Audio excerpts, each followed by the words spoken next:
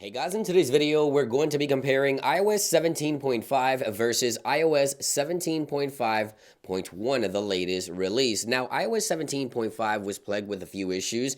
There was issues with poor battery performance. There was also reports of Wi-Fi issues on iOS 17.5, which I've encountered myself. And of course, one of the bigger issues reported was that old deleted photos would resurface on an iPhone after updating to iOS 17.5 and 17.5.1 aimed to address this issue, as you can see right there. But aside from the issue that Apple is fixing here, the bug that would cause old deleted photos to reappear, Apple also mentions that this update provides important bug fixes. So which bug fixes are we talking about here? Apple did not specify. So we're going to run a few benchmarks, we're going to run a few Wi-Fi tests, and we're going to talk about the battery. So let's go ahead and dive right in. So the iPhone on the right is running iOS 17.5. Let's go into settings. Let's go under general, about, and show you 17.5. There it is on this iPhone 15 Pro Max.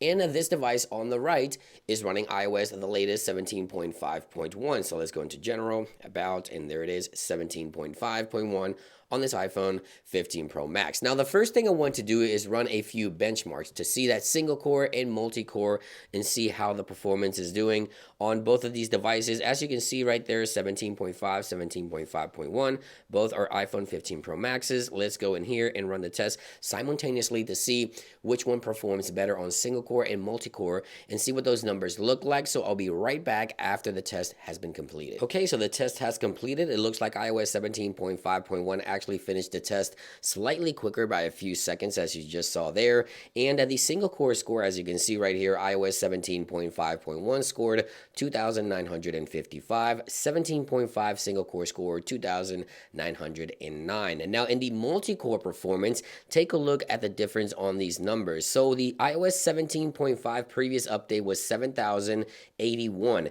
Take a look at the latest 17.5.1, 7,364. So that is a major difference in terms of multi-core performance. And there's the numbers right there. That is the version number, 17.5 versus 17.5.1. Both are going to be iPhone 15 Pro Maxes. So it looks like iOS 17.5.1 actually outperformed by quite a bit 17.5 in the CPU performance test. So next I want to talk about Wi-Fi performance. One of the issues reported within iOS 17.5 was poor Wi-Fi connection, or Wi-Fi connection completely dropping randomly from devices. And I've experienced this myself. So obviously I'm going to put this to the test here. Let's make sure that both iPhones are connected to the same network here in the studio. We're going to do iOS 17.5 first, and then we'll do 17.5.1. So let's run the Wi-Fi test here. Let's click go. Now keep in mind, guys, that the network here in the studio is capable of 300 to 500 megabytes download speeds.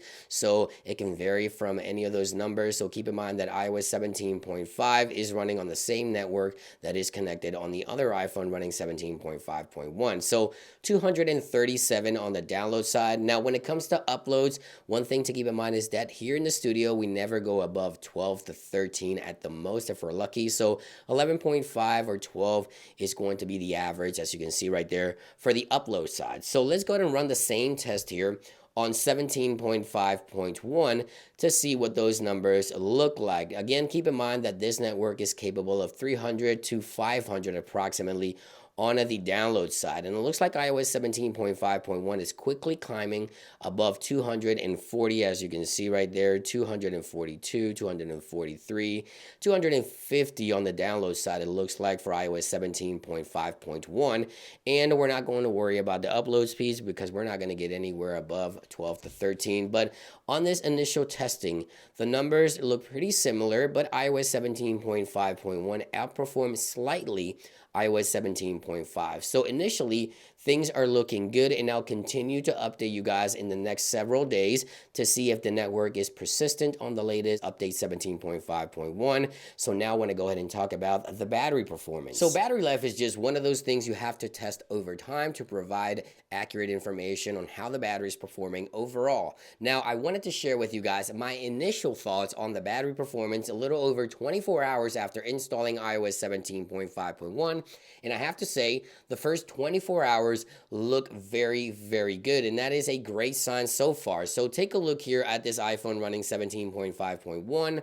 Let's go into the battery section, and let me give you a quick background of what I was doing here. So I plugged in last night around 10 p.m. and I charged all the way up to 100, and I left YouTube running in the background basically all night until about 8 a.m. and the battery life is still above 45%. So that is several hours of YouTube running in the background, 15 hours of screen activity, as you can see right there, and I still have about 47% of battery life. Now, keep in mind that these are just initial numbers, but they look promising. The battery life on iOS 17.5.1 seems to be improved. Obviously, I'm going to have a follow-up video perhaps a few days later where I have more data to provide more accurate description and information in regards to how the battery is doing. By the way, there is a new YouTube community poll posted on my YouTube page, so you can go there and vote and provide your feedback as well on the latest 17.5.1 and let me know how the battery is doing for you. But again, those numbers are looking very good, very promising. It looks like the battery could have been improved